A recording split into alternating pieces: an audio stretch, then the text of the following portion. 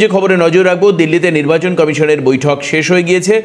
SIR নিয়ে চূড়ান্ত প্রস্তুতি শেষ করতে নির্দেশ দেওয়া হয়েছে। আমরা যে বিষয়গুলোর দিকে নজর রাখছি এই মুহূর্তে, এসআইআর নিয়ে চূড়ান্ত প্রস্তুতি শেষ করতে নির্দেশ দিয়েছে। সমস্ত রাজ্যের সিও এবং অ্যাডিশনাল সিওরা উপস্থিত ছিলেন। যাদের যা সমস্যা হচ্ছে সেটা পরিষ্কারভাবে তারা জানিয়েছেন। ভোটার তালিকা ম্যাপিং এবং ম্যাচিং মূল্যায়ন বৈঠকে 2026-এ যে 5 রাজ্যে বিধানসভা নির্বাচন হওয়ার কথা সেই রাজ্যের সিওদের এবং অ্যাডিশনাল সিওদের নিয়ে বৈঠক ছিল। সিওরা ভোটার তালিকা নিয়ে রিপোর্ট পেশ করেছেন। পশ্চিমবঙ্গ, অসম, কেরল, তামিলনাড়ু এবং পুদুচেরি 5 রাজ্য নিয়ে বিশেষভাবে কথা হয়েছে। পৃথক চিন্তাভাবনা করছে নির্বাচন কমিশন। বাংলায় এসআইআর প্রস্তুতি নিয়ে খোঁজ খবর নিয়েছে কমিশন। আমি এ বিষয়ে কথা বলবো। খালেদ জামাল আমাদের প্রতিনিধি আমাদের সঙ্গে রয়েছেন।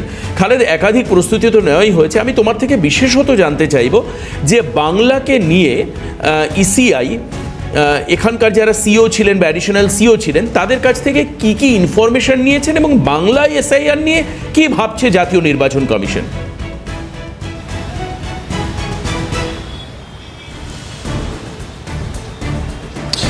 দেবাশিস, প্রথমেই তোমাকে জানাই যে শুরু থেকে আমরা যে খবরটা করছি, অর্থাৎ পশ্চিমবঙ্গ সহ 5টি রাজ্যে যে প্রথমে এসআইআর হবে সেটা কিন্তু একটা পরিষ্কার ইঙ্গিত এবং সিলমোহর দিয়ে দিয়েছে জাতীয় নির্বাচন কমিশন নিজেই।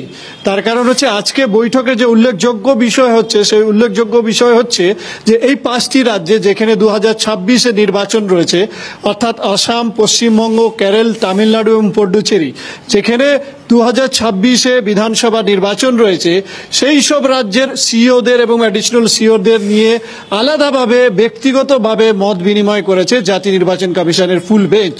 এই বিষয়টা কিন্তু আমরা বারবার এবং সকাল থেকে তুলেছি যে প্রথমে এই 5টি রাজ্যের কিন্তু এসআইআর প্রক্রিয়া চালু করতে চলেছে জাতীয় নির্বাচন কমিশন, যার কিন্তু ইঙ্গিত পরিষ্কার আজকে বৈঠক থেকে বেরিয়ে এসছে। অর্থাৎ বলা যেতে পারে যে পশ্চিমবঙ্গ সহ বাকি যে 4টি রাজ্য রয়েছে যেখানে বিধানসভা নির্বাচন রয়েছে, সেখানে প্রথম দফায় এবং প্রথম ধাপে কিন্তু এসআইআর করতে চলেছে জাতীয় নির্বাচন কমিশন, সেটা কিন্তু একটা পরিষ্কার হয়ে যাচ্ছে।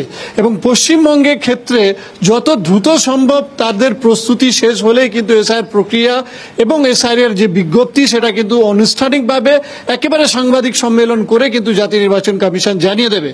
তার আগে যে সমস্ত প্রস্তুতি বাকি রয়েছে, এখনো আমরা জানি যে এই মাসের মধ্যে কিন্তু চূড়ান্ত যে ম্যাপিং এবং ম্যাচিং করার যে সিদ্ধান্ত নিয়েছে জাতীয় নির্বাচন কমিশন, সেটা যাতে দ্রুত শেষ হয় সেই নির্দেশ কিন্তু পরিষ্কারভাবে পশ্চিমবঙ্গের সিও এবং অ্যাডিশনাল সিওকে দিয়েছে জাতীয় নির্বাচন কমিশন বলে আমরা সূত্রে খবর পাচ্ছি।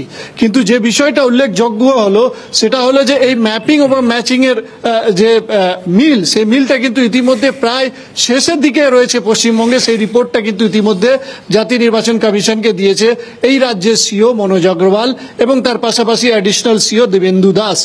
দিবেন্দু দাস যেহেতু নির্বাচনী তালিকার ক্ষেত্রে সব দায়িত্ব তার ঘাড়ে রয়েছে এবং সেই দায়িত্ব তিনি পালন করছেন, সে কারণে প্রত্যেকটা জেলাতে ম্যাপিং এবং ম্যাচিং এর কি অবস্থা আছে তার কিন্তু চূড়ান্ত রিপোর্ট একটা তিনি দিয়েছেন এবং তিনি আশ্বাস দিয়ে এসছেন জাতীয় নির্বাচন কমিশনকে এই মাসের মধ্যে কিন্তু এসআইআর এর যে প্রস্তুতি, সেই প্রস্তুতি তারা শেষ করার অপ্রাণ চেষ্টা করবেন বলে কিন্তু সেই আশ্বাসটা জাতীয় নির্বাচন কমিশনকে দিয়েছেন।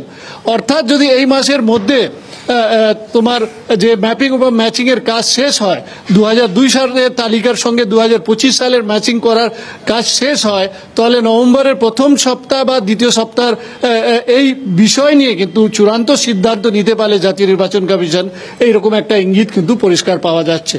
অর্থাৎ তুমি কার্যত বলছো যে এসআইআর শুরু হওয়া এখন মানে গ্রিন সিগন্যাল কার্যত হয়ে গিয়েছে, শুধুমাত্র সময়টা নির্দিষ্ট করে দেবে ইসিআই, তারপরেই বাংলায় এবং অন্যান্য রাজ্য যেখানে ভোট হবে এসআইআর হতে চলেছে। ধন্যবাদ খালেদকে।